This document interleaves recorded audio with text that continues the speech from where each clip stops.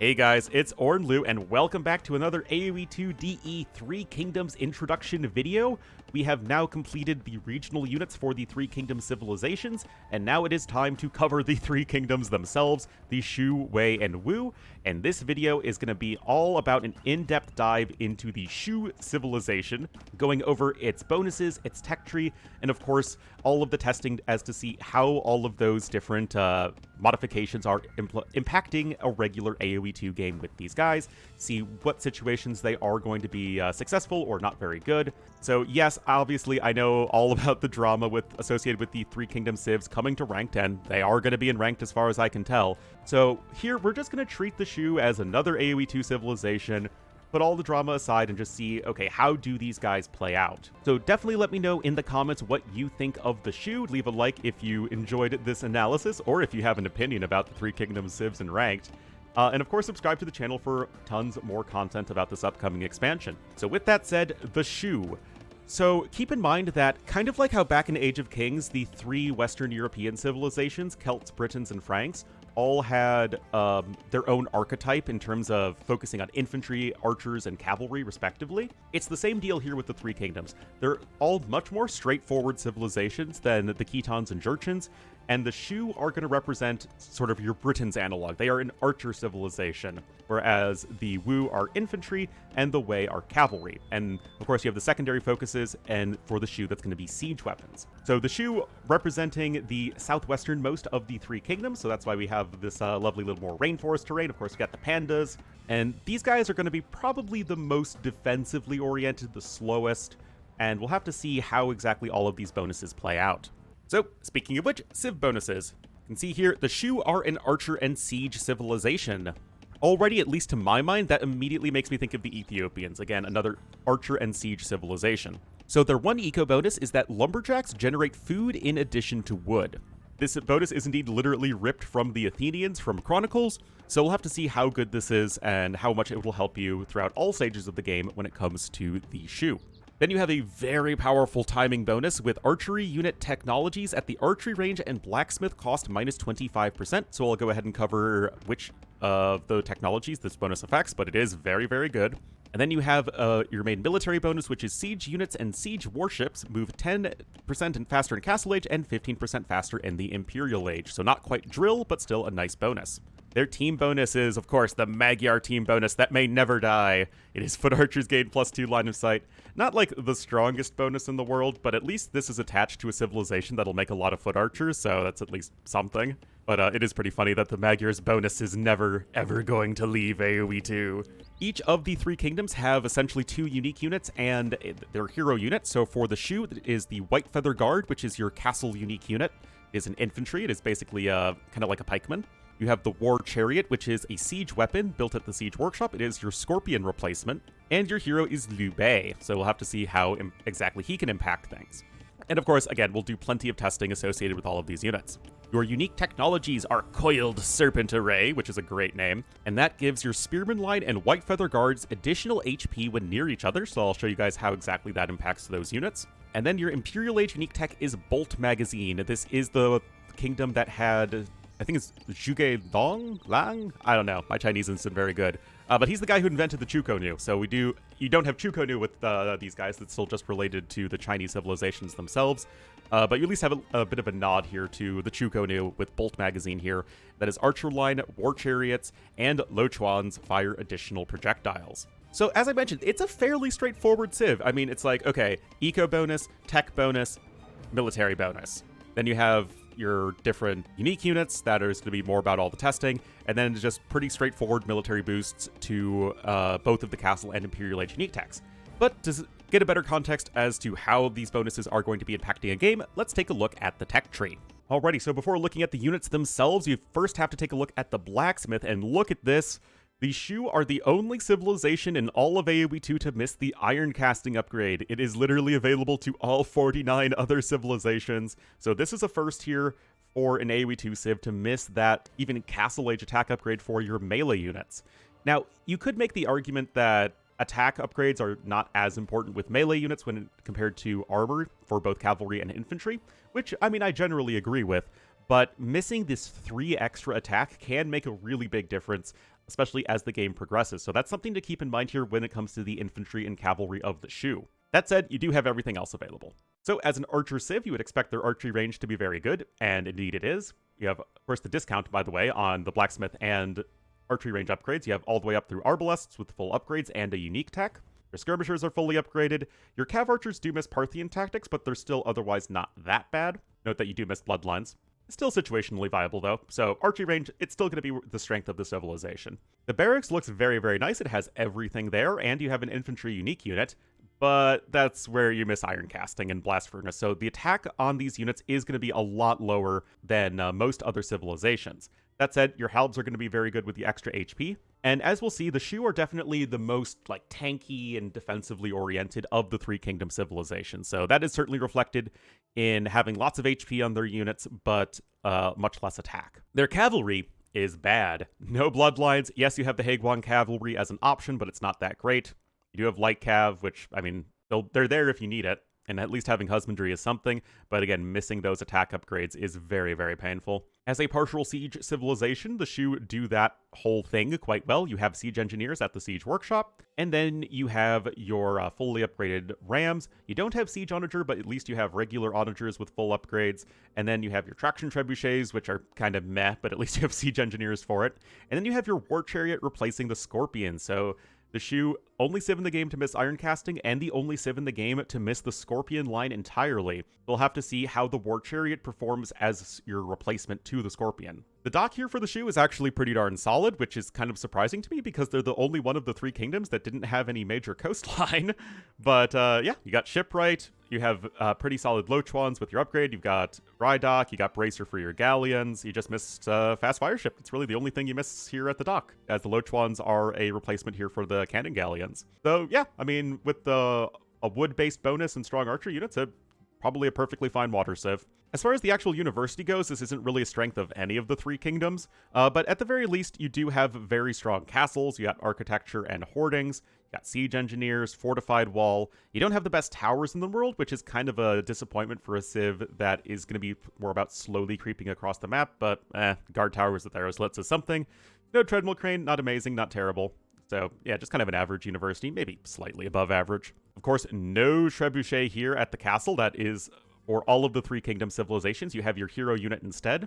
Then we'll have the White Feather Guard, which we'll go over in a little bit. And no sappers equals Big Sag. Monastery is certainly nothing to get too excited about here. No Redemption or Sanctity are probably the two most important Castle Age upgrades for the monastery. I mean, I guess you have Heresy for your siege weapons, which is something. Atonement means they can kind of survive in monk wars, but yeah, no block printing in Imperial Age. I mean, this is just a below average monastery for sure. And then as far as your economy goes, you do have two-man saw to help you with your lumberjack bonus. No stone shaft mining is okay. No crop rotation is pretty normal for a civ that has two-man saw, so yeah.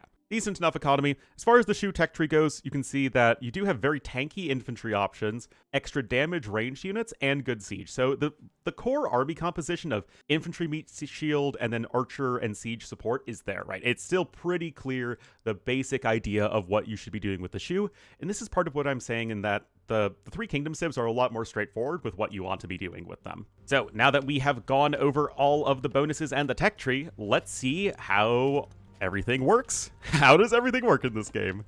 Alrighty, so starting with the eco bonus here for the Shu, lumberjacks generate food in addition to wood. This is very reminiscent of both the pole bonus, generating stone miners generating gold, and then the Portuguese forager bonus, generating wood.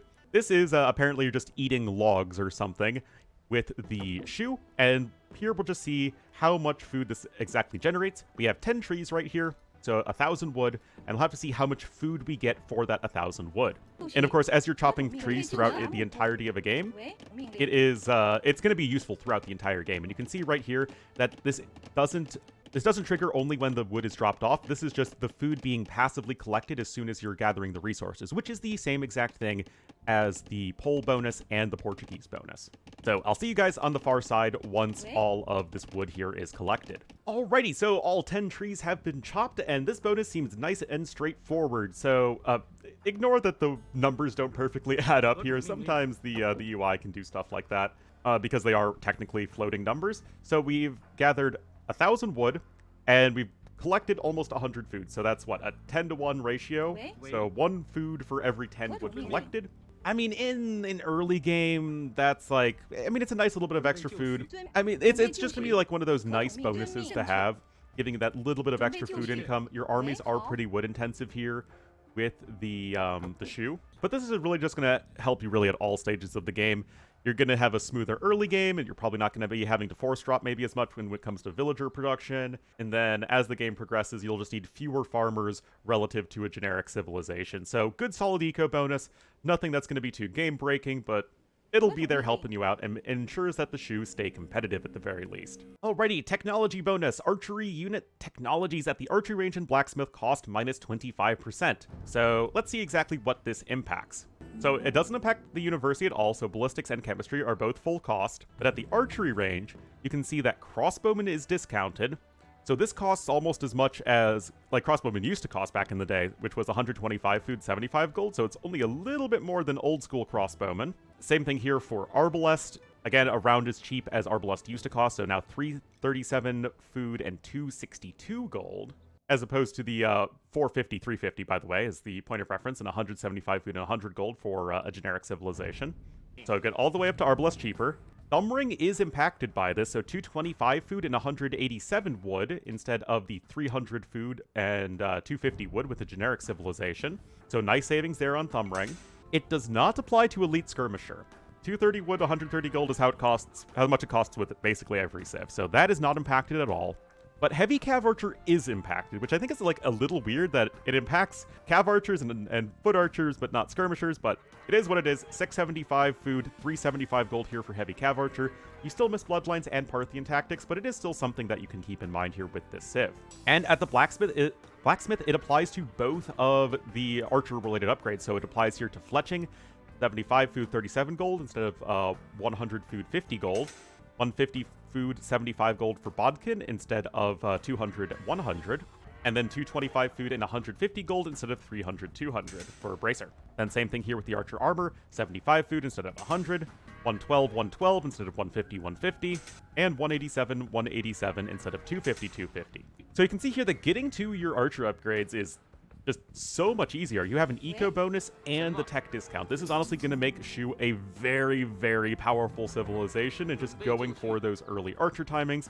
Yes, they're probably going to be a little bit predictable when it comes to archer openings, but getting all of those upgrades nice and cheap is really a huge advantage to the civilization, and really can't be understated to just how much easier it is to get archers going with the Shu compared to most civilizations. I mean, we do live in a pretty skirmisher-dominated meta, but even so, just, again, getting all of those upgrades cheaper here for the Shu is just going to be very helpful at hitting those early timings, especially at higher levels.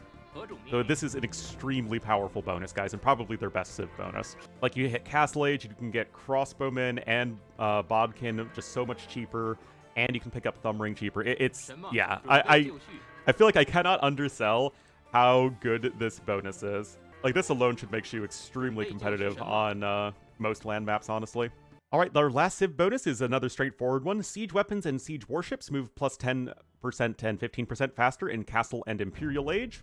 So here are all of the units this bonus applies to. So your Lo Chuan warships, and then everything you can make at the Siege Workshop. So just a little visual demonstration here. Here's the 10% difference in Castle Age, as everyone is now off to the races. You can see 0.88 movement speed here for the Shu, for the Siege Towers, versus 0.8. You got 0.66 for the Rams as opposed to 0.6. Same exact thing here for these Onagers. I mean, I guess you get Mangonels and Castle Age, but they have the same movement speed anyway. It doesn't really matter.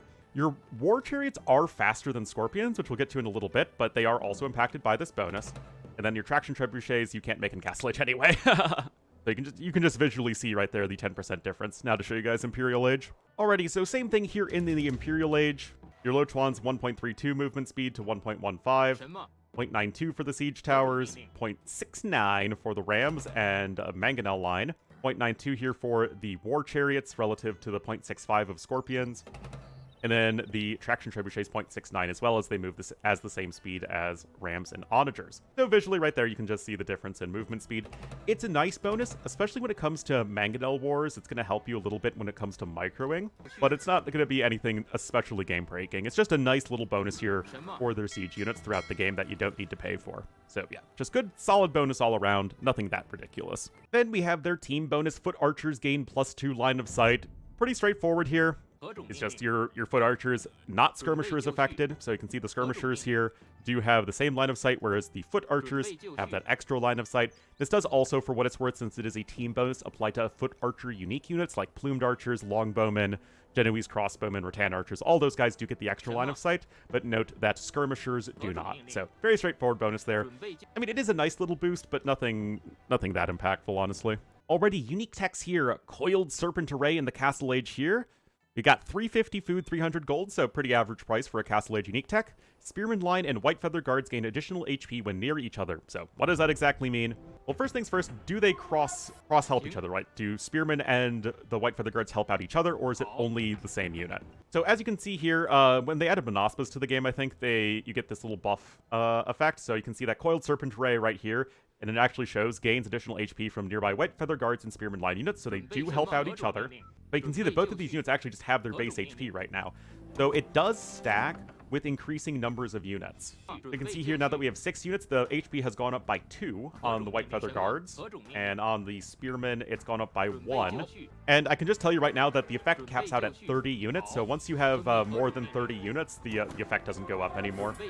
See, we're at 109 even as we get additional White Feather Guards. Also, if we turn on the Aura range indicator, you can see right here, actually it doesn't show you. Huh. With other units, it shows you the aura effect, but not with these guys. Anyway, the range is pretty generous. You can see that we're still getting the full effect, even though this guy's all the way over here. It's a very generous... Yeah, it's only like once we're this far away from each other that the effect is starting to go down. So basically, so long as all of your units are engaged in a single engagement, you're getting the full benefit. So from what I can tell, guys, you max out at a 15% HP boost, which... Let's see. Uh-oh, it's math time. So... the buff stacks up to 30 units, and with 15 total percent increase, I guess you get 0.5% increase for every one nearby unit. That should be the formula, I think. I never made it past pre-calc, guys. I'm pretty sure that's the case, though. I do know that you get 15% more HP with the full effect in place, and you have to actually build up to that. But considering that you make lots of infantry at a time anyway, having the 30 units is pretty reasonable, and 15% extra HP increase is still nothing compared to, like, Vikings, so it's a good unique tech, but not anything that's likely going to be especially game-breaking, but still one you want to pick up for sure, especially because the White Feather Guards and your Halbs are going to be your important frontline units. Alrighty, for the Imperial Age unique tech Bolt Magazine, it is pretty expensive, 650 food, 750 gold. Archer line, war chariots, and Lochuans fire additional projectiles. So what the heck does that mean? So you can see about each of these unit types right here. And if I research Bolt Magazine, the Archer gets 2 additional projectiles. The war chariot gets 3 additional projectiles, and so does the Lochuan. So archers fire 3 projectiles, the war chariots now go up to 11 in barrage mode, which we'll get to later, and the Lochuans move up to 12, as we demonstrated in the Lochuan video. Now, do these projectiles deal full damage? Alright, so we have this Arbalest here. It has all the attack upgrades in. So 10 attack, and then it fires the 2 additional projectiles. This outpost here, 500 HP, 0 armor. It should take 10 damage, and then all the additional damage is the extra projectile damage. So we fired 3 shots, and we dealt 13 damage. So we only dealt 3 damage with the additional projectiles. Now, I've tested this out several times, and the extra projectiles are super inaccurate. You can see that they're doing a lot of missing. I think the extra projectiles deal 25% damage, I think. But you can see just how inaccurate it is. I mean, it still helps you, right? But we'll have to see just how good this is. Now, we did the Lochuan testing as far as that effect goes, and it does help a fair bit in terms of the anti-ship unit fighting. The War Chariot we'll test in a little bit, just as part of the War Chariot, because this is basically your elite upgrade for the War Chariot, because it has no other associated elite upgrade. But I am curious to see just how this upgrade will impact you versus Ethiopians. Alrighty, so Ethiopians should be the only other civ who have like a raw DPS increase on their archers. Like obviously Britons get the extra range, which helps them take nice engagements, but that's not like a raw DPS increase. And then, like Mayans, yes, you have the cheaper archers, but still same DPS. Vietnamese and Italians just get tankier archers. All right, so let's see how these two archers are performing versus Ethiopians. We just have, 18 champions right here. I'm just curious to see whose archers are going to take out the blob of swordsmen the fastest. Yeah, the inaccuracy of those extra projectiles, I think, is making Ethiopians still a lot cleaner. Yeah, Ethiopians, they're performing a little bit better. So Ethiopians are still going to be the kings of archer DPS, except maybe against super high pierce armor targets. Actually, let's try this with paladins, see if that makes a difference. Yeah, because all projectiles deal at least 1 damage, I wonder if the higher pierce armor unit in the paladin is going to make much of a difference here. Jeez, these extra projectiles are inaccurate. I mean, you're clearly going to be better than regular archers, right? There's no way that you're not better than regular archers, but it seems like the raw attack speed that you're getting with Ethiopians is still going to be superior, able to lay down that damage. I mean, again, it's not it's not by an enormous margin. You still have some of the best archers as the Shu, but if you're worried that the Shu archers are just going to blow out even Ethiopian archers in terms of raw DPS, you don't have to worry too much here. So it's going to be a very good and important upgrade here for the Shu in the late game, but they're still Arbalests. They're still not going to be, I think, the best Arbs in the game, but they are at least decent contenders for some of the best archers, and remember that they are cheaper to get to. So I think in terms of just like a raw archer civ strength, it's still really, really good here for the Shu. Like early game, you have the discounts to help you get ahead of your opponent, and then you have that base unit strength increase with the bolt magazine upgrade in the Imperial Age. So that is certainly worth knowing. Definitely feels quite strong for sure. And like I said, I'll do the War Chariot testing in a little bit. Alrighty guys, so those are going to be the unique techs here of the Shu. Coiled Serpent Array, just a good solid defensive upgrade, getting you up to 15% more HP on your White Feather Guards and Spearmen. And then Bolt Magazine providing a good solid DPS increase for your Archers, War Chariots, and Lochuans. Effects that might seem a little bit complicated, but in practice, just more HP, more attack. Now, moving on to the unique unit, starting with the White Feather Guard. You can see here it is a Shu unique infantry that temporarily slows down the unit it attacks. Strong versus cavalry and infantry, weak versus ranged soldiers. It costs 60 food and 15 gold, so a very low gold cost for a infantry unique unit. Remember, swordsmen cost 20 gold. So the White Feather Guard costs 10 more food than a swordsman, but 5 less gold. So fairly cheap as far as things go. And then I'll show you guys the stats in a second, and note that the Elite White Feather Guard upgrade costs 900 food and 500 gold, so pretty average price there as far as that goes. So, slowdown effect aside, what is this unit here? It is somewhat comparable to both a pikeman and a swordsman. It's kind of like a hybrid between the two. So 95 HP in the Castle Age is already really high. Note that a swordsman has 60, so 35 more HP for the White Feather Guard compared to the long swordsman. That can also be improved with Coiled Serpent Array, the unique tech. So HP is actually the biggest strength of this unit in my opinion. Especially as we'll get to in a little bit, you can have that HP regenerate later on as well. And the pikeman has 55 HP, so that's a good 40 more HP than a pikeman. When it comes to attack, the long swordsman has the most at 9. Then the White Feather Guard has 7, and then the pikeman of course has 4. But this is where bonus damage is relevant. You can see you get 4 versus shock infantry, which are eagle warriors and the like, 2 versus buildings, and then 8 versus cav, 6 versus camels, and 8 versus elephants. So that bonus damage is certainly reminiscent of the a pikeman, right, getting bonus damage against cavalry and elephants. So swordsmen still get more bonus damage against shock infantry, although the White Feather Guards are not going to be that bad in that role. Pikemen, by comparison, you can see 22 versus cav, 18 versus camels, 25 versus elephants. So the pikemen still get a lot more bonus damage than the White Feather Guard, but the White Feather Guard also attacks faster, so that's something to keep in mind. It's still going to be a very strong anti-cavalry unit. You can see the reload time here is 2 for the White Feather Guard, same as the swordsman. This is basically the default reload time in AoE2 is you in-game seconds. Pikemen are a fair bit slower than that at 3. When it comes to armor, the White Feather Guard actually has no melee armor and 2 pierce armor, which makes it tankier against ranged units than melee units, which is a little bit surprising, but it does have a lot of HP, I guess. Swordsmen have 1/1 armor, pikemen have 0/0 armor, and then, yeah, the White Feather Guard has that 2 pierce armor. And then movement speed is 0.95, which is pretty funny because it is 0.01 slower than a long swordsman. A little bit weird, but okay. 0.95 movement speed is basically kind of average for an infantry unique unit.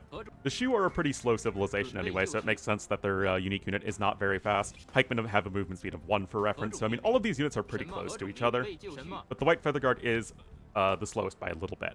Now, in the Imperial Age, you can see the stat increase here. You're getting 5 more HP, 1 more attack, 1 more pierce armor, and as far as bonus damage goes, 4, 2, 4, 2. Then you get 8 versus Cav, 6 versus camels, and 8 versus elephants. Okay, you get 1 more bonus damage against camels. Very important to keep in mind. But the cavalry and elephant unit bonus damage is the same, so you're still not getting anywhere near as much damage as like a Kamiyuk, but you're still going to be a solid anti-cavalry option with a lot of pierce armor and HP on this unit. So we'll do the testing in a little bit, but these units are chonky. But just to compare to the other Imperial Age units here, you can see they have 6 less attack than a champion, and of course no iron casting, remember. A lot more pierce armor, a little bit less melee armor, but you have the 30 more HP. And again, the slightly slower movement speed, but nowhere near the anti-elephant and cavalry damage that Halbs have. Even factoring in the faster attack speed, it's not going to be, you know, that big of a difference. So those are the raw stats of the White Feather Guard. Basically, chonky infantry that is also kind of good against cavalry, but has a fairly low base attack. But what does that slow snare, I guess, attack thing do? Alrighty, so remember, knights have a base movement speed of 1.35, so let's see the difference here. 1.15, so that is 0.2 less. Does this last forever, or is it for a set amount of time? Okay, so it doesn't last forever, it doesn't last that long. So it seems to last maybe around 10 seconds or so in-game.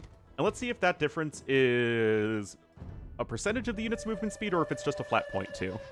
Alrighty, so 0.96 movement speed here for a longswordsman. Let's see how much we're removing that movement speed. 0.82. Alright, so it is percentage-based. Yeah, so it's 15% slower movement speed for around 10 seconds in-game. So that'll help if the units are trying to flee, but note that if the unit is already a fair bit faster than the White Feather Guard, which a lot of units are faster than the White Feather Guard, it's not going to be that big of a difference. Now let's just double check to see if it's any different for the Elite variant. Alright. Yep, still the 15%. Yeah, and it seems like it's exactly 10 seconds in-game. So, same exact snare effect, minus 15% movement speed for 10 seconds here with the White Feather Guard when it attacks. Can you chain that if you attack several times in a row? Okay, yeah, it seems like it's just 10 seconds regardless. Alright, so good to know here for the White Feather Guard. Now let's see how they stack up in actual combat. Alrighty, back to our happy little testing bamboo enclosures. So now we're going to do our Castle Age testing here of the unit. Going to give the 20 White Feather Guards here, which is with their unique tech and Castle Age, since we're doing post-Castle Age upgrades on these guys, so you're not getting the full effect of the aura buff, but you are getting at least some of the effect here. Remember, no iron casting. Let's see how they perform at first versus the longswordsman, because I still think that is the best one-to-one comparison. Like, yes, you could argue that the anti-cav role makes them closer to pikemen, but I still think that because there's a gold cost attached to the unit, they're still going to be most comparable here to a swordsman. So yeah, just compare these guys to regular old longswordsmen. So 8 attack versus 11, but it's just so much more HP. Is this enough of a difference? And no, the White Feather Guard are not shock infantry or anything like that. It's just infantry and unique unit armor classes. Basically what you'd expect. Alrighty, I mean, it's pretty close. I mean, this is, again, with the unique tech, guys. The swordsmen win with equal resources, which is basically just giving them one more longswordsman. So not really that great of an anti-infantry unit. And this is a relatively good test, like I was saying, for the White Feather Guard, because they're getting some of that extra HP. So you can imagine that without that upgrade, it's really not that impressive of a unit, at least against infantry. Of course, this is still an anti-cavalry unit, so let's see what the difference is versus cavalry relative here to the longswordsmen. Remember, we are getting 8 bonus damage here against the cavalry. Yeah, the White Feather Guard only lost 2 units there, whereas the longswordsmen should win this fight, but not by very much. Or at least it's a relatively even fight.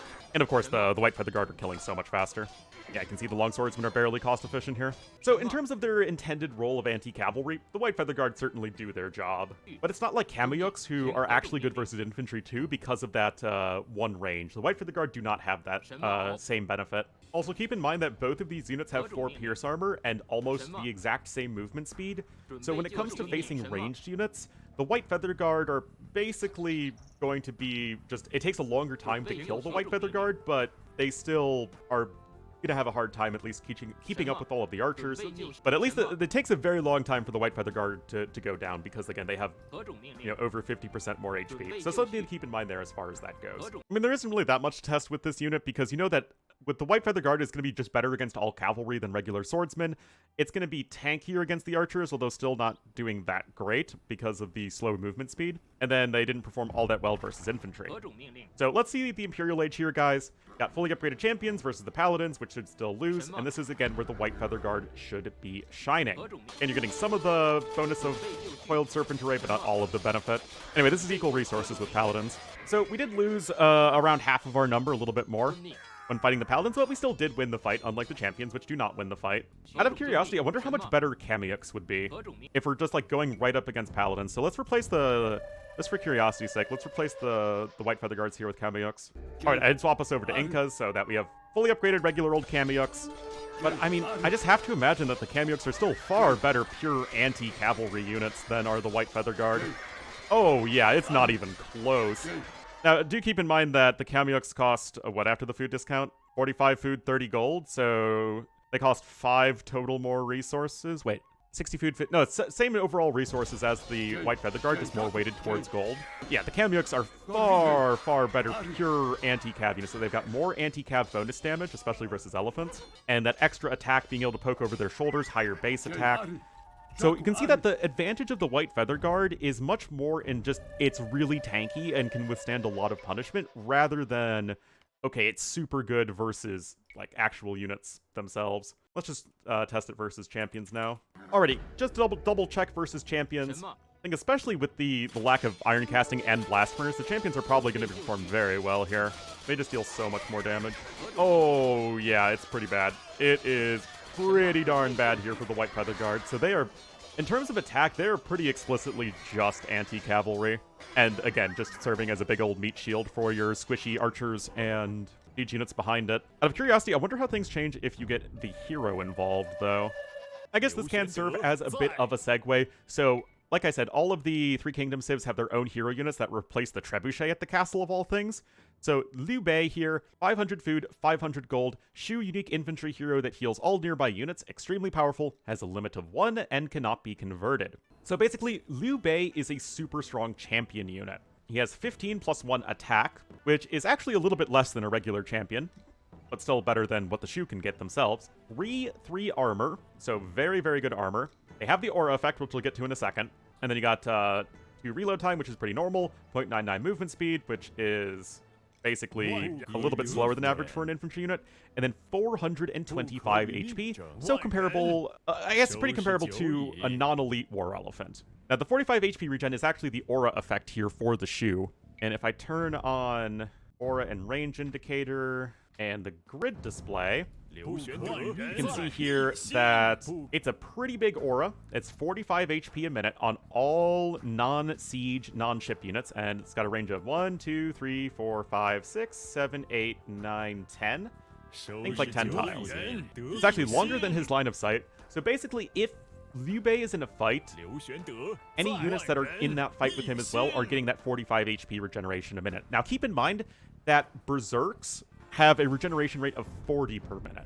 So all of your units are going to be turning into a Berserk plus. Yeah, you can see here, 40 HP regenerated a minute with the Berserk. It actually get buffed up by... Oh, it does, 85 HP a minute. Oh, that's pretty funny if you can somehow train Berserks as the Shu. No, but yeah. Basically, all of your units become Berserks plus. So let's see how this dynamic changes if we replace one of the White Feather Guard with Liu Bei himself to get that HP regeneration effect. And I guess the fact that Liu Bei himself is very, very good in combat. Yeah, this is definitely going to be much more of an in-between fights bonus than a bonus itself. I mean, Liu Bei himself is quite tanky, but... I mean, it only changed the outcome of the fight very slightly. Yeah, that bonus for Liu Bei is going to be much, much more of an in-between fights thing, just to heal up all your units super fast, as opposed to, okay, we can just take these fights and win super hard. So if you're worried about the actual fights becoming super one-sided with heroes involved, that's probably not going to be the case, especially considering it's 1,000 resources to train him. Although keep in mind that Liu Bei will take anti-infantry bonus damage, as the other 2 hero units are cavalry and they'll take anti-cav bonus damage, so hand cannoneers will deal extra damage to Liu Bei. Anyway, final thoughts on the White Feather Guard. Honestly, they're much more of a damage sponge than they are, like, a super strong unit in their own right. They're clearly a support unit for your archers in siege. Don't think they're going to be overpowered by any means. They're just going to kind of be there as your frontline warriors. They are good against cavalry, for sure. Like, that is what they are specialized to be good against. But they're not Kamyux in terms of anti-cav potential. So they seem like a pretty well-balanced unit, I suppose. They are quite cheap on the gold cost, which is nice. And again, just the fact that they are so tanky means that your much higher DPS units behind are still going to be quite, at least much more relatively safe. So that's the White Feather Guard. It has its role, it does its job, it's nothing that exceptional. Alrighty, now looking at the last unique unit / hero of the Shu, and that is going to be the War Chariot. Shu unique siege cavalry with rapid fire attack but cannot attack at close range. Has long reload time, can switch between barrage mode that covers more area but is less accurate. Strong versus ranged soldiers, weak versus cavalry and siege weapons. So it sounds pretty similar to a Scorpion, right? But just with a rapid fire attack. Note that it costs food. It's one of the only siege weapons that costs food, but it is, I guess, a cavalry siege unit. So 50 food and 90 gold. 140 total resources compared to the Scorpion's 75. So more gold cost means it's going to be a bit tougher to afford in the late game, a bit easier in the mid game. But the food cost is honestly fine in the mid game because you're probably making archers and they cost wood. But beyond that, I mean, the costs are pretty similar to a Scorpion, so let's see how their stats compare. And note that there is no elite upgrade to the unit, like I mentioned earlier. It really is just going to come in the form of Bolt Magazine. Alrighty, so as far as like which upgrades affect the unit, you can see that it already is being affected by the siege bonus, the faster movement speed siege bonus. It is affected by cavalry armor upgrades as well. Note that it also has the heavy siege armor class, so it takes extra bonus damage from things like mangonels and bombard cannons, whereas Scorpions do not have that. They just have the regular siege weapons armor class. And they're also a cavalry unit, so they take extra bonus damage from pikemen. But beyond that, 65 HP, you don't get bloodlines with this Civ. Are they affected by husbandry? Yes, they are. So fully upgraded, you move at a nice clip at 1.01 movement speed. So they are affected by husbandry. Archer attack upgrades, they are not affected by. Chemistry, do you get that extra 1 attack per arrow? Yes, you do. And do you get the extra range versus with siege engineers? Yes, you do. Okay, so cav defense, chemistry for the attack, husbandry for the extra speed, siege engineers for the extra range. So basically, Ballista Elephant upgrades. Anything that affects the Ballista Elephant is going to affect the War Chariot. And in fact, it has the exact same armor classes anyway, so in a lot of ways, this is like a Ballista Elephant. Now, let's do the side-by-side comparisons to the Scorpions. Alrighty, so the attacks already work a little bit differently, right? So you have the Barrage mode and the Focus Fire mode for the War Chariot. So the Focus Fire mode, it only fires 5 projectiles, but they all are in like a close-together clump. Whereas the Barrage mode fires 9 projectiles, so, 4 more projectiles, but they're much more spread out all over the place. Scorpions have 11 attack that deals pass-through damage. And they get a little bit of bonus damage versus elephants, rams, and infantry. So it's going to be a matter of you get the extra shots from the War Chariot versus the pass-through damage of the Scorpion. Note, however, that the reload time is super freaking long for the War Chariot. 8 reload time versus 3.6. That is obviously a huge difference. The War Chariot also has 1 less range and 1 less minimum range. So less overall range, but less minimum range. And a much faster movement speed and more HP. So already, it's kind of just different. Also, the armor profile is going to be different as well. Like, you get +2 defense and Castle Age on these guys. You get 2 melee armor and 7 pierce armor, so you just would get, like, 2 extra melee armor on the Scorpion. So, although the closest comparison is to, of course, the Scorpion, it's pretty different. And, of course, you do benefit from Bolt Magazine, like I mentioned, and you're going to be going from 8 extra projectiles to 11, and then 4 extra projectiles to 6 in the Focus Fire mode. So this is going to be one of those units that we really just kind of need to test out to see how exactly it's going to perform.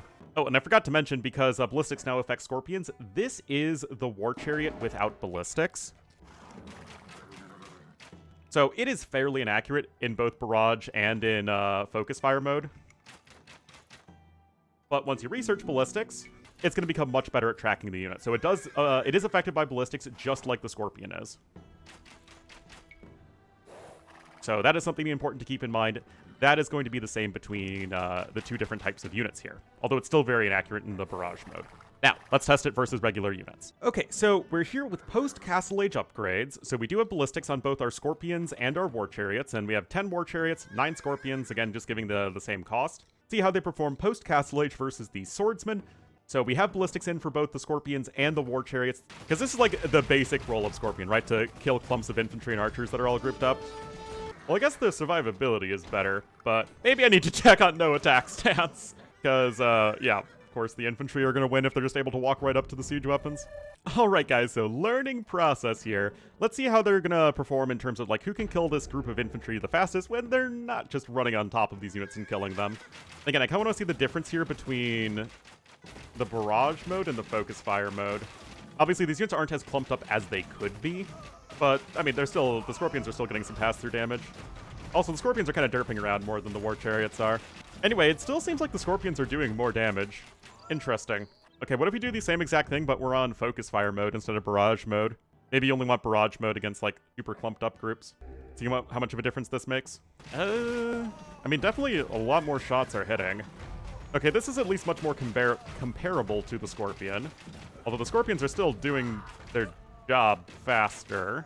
Alright. Interesting. But I guess the focus fire mode is still a little bit better in this regard.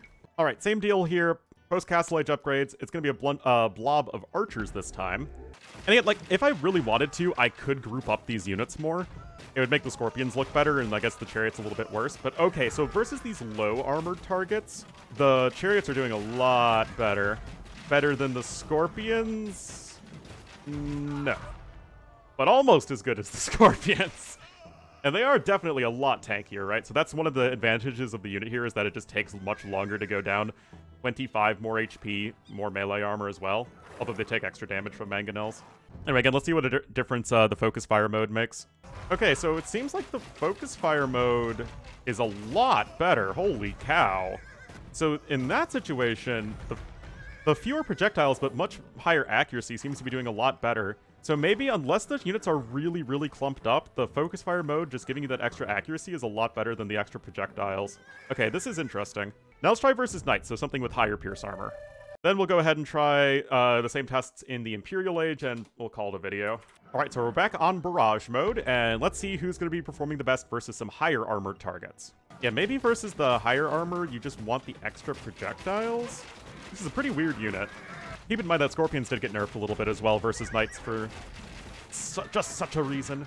So maybe we could say that the Scorpions are more explicitly anti-infantry. Yeah, this is where the pass-through damage is helping out a lot.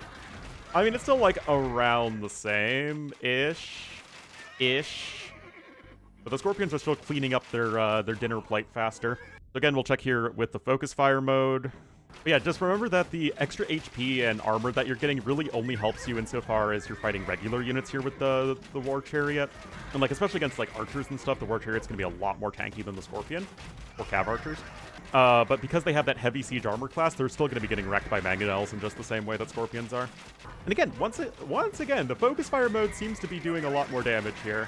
And in theory, the stationary units should be getting the worst end of the test, right? In theory, units that are moving should be better for the focus fire because of the extra accuracy compared to the barrage mode, but it still seems like the focus fire mode is doing more damage, even against the stationary targets.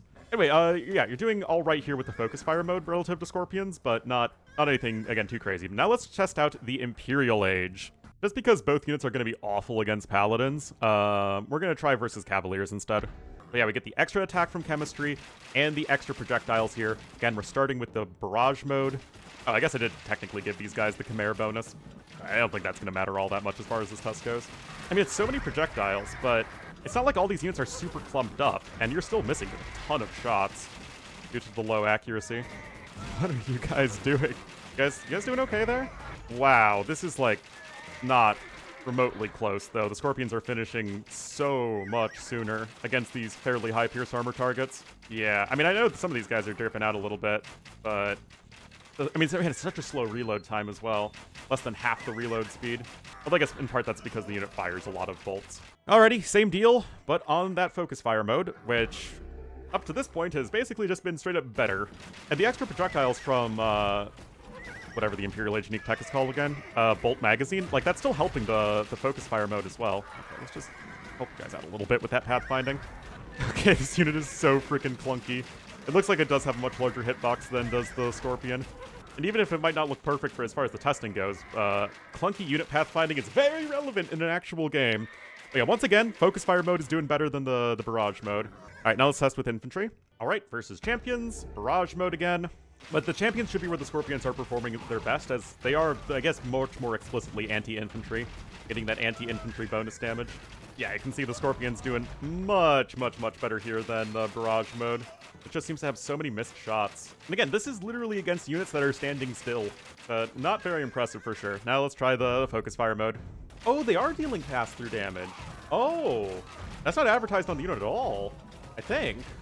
Yeah, like this unit's here and in the back taking some damage. Okay. But clearly much less pass-through damage than the Scorpions are.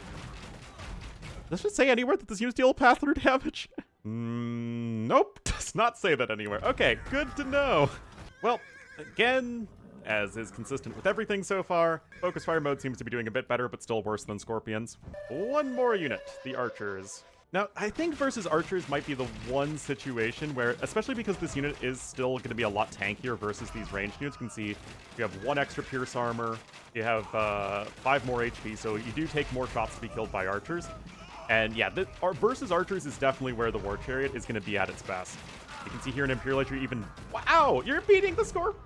Oh, I mean, you're having the same speed as the Scorpions, but if that's Barrage mode, our very last test here should be better, maybe even for the War Chariots. Yeah, against these low armored targets. There we go, guys. Maybe? Maybe they're faster? Maybe? Okay, it's like the same time. So, closing thoughts on this unit, it honestly isn't super insane. I mean, it's still going to be your Scorpion replacement, and you're going to want to use it in situations where you want to use Scorpions. And they're going to be a good supporting unit behind your chonky front line of Halbs and White Feather Guard, but it's still, like, it's not that great. It has a huge hitbox, takes a lot of damage from Mangonels. It's going to be far from overpowered, that's for sure. But I mean, you get a bunch of these in a choke point, and they're still going to mow down a lot of infantry units and all that. Especially with having a front line. So yeah, a little bit different than the Scorpion, but they still seem to underperform against Scorpions, so long as the units are even relatively massed up. So that's the shoe, guys. Some concluding thoughts. I'll be honest, the Civ is good. It's going to perform well. The eco bonus plus the Archer tech discount, like that's already just a very good set of bonuses for the Civ. You're going to be able to play a lot of different openings. I mean, Scout's play isn't really going to be the best, but I mean, they're going to be a good Civ. I just don't think they're that exciting of a Civ. I mean, it's like, okay, you do Archers and you do that well. Your White Feather Guard, they just tank and kill cavalry, but that's kind of it. Your War Chariots, they can counter infantry Archers relatively well, but nothing that different than a Scorpion. Your Hero Aura effect heals your units, but again, nothing that impactful. I mean, it's just a Civ that's going to be like, it's good, but it just doesn't really excite me that much. It feels like the gameplay implications for Jurchens and Ketons are a lot more interesting. But that's just me personally. If you are really excited about the Civ, certainly let me know in the comments. That is fine by me. I just, yeah. Like, okay, to me, if we compare Shu to Ethiopians, which is, again, another Archer and Siege Civ, Ethiopians feel a lot more interesting because their units are so glass cannony, right? Your Siege and Archers have a ton of damage, but they're very expensive. Even your Meat Shield unit, sort of the Shotel, is expensive and fast and a little bit weak. But you also have, like, the strong timing nature, and it's like, I don't know, Ethiopians just feel like a more interesting Civ to me than the Shu do. But they're still gonna be good.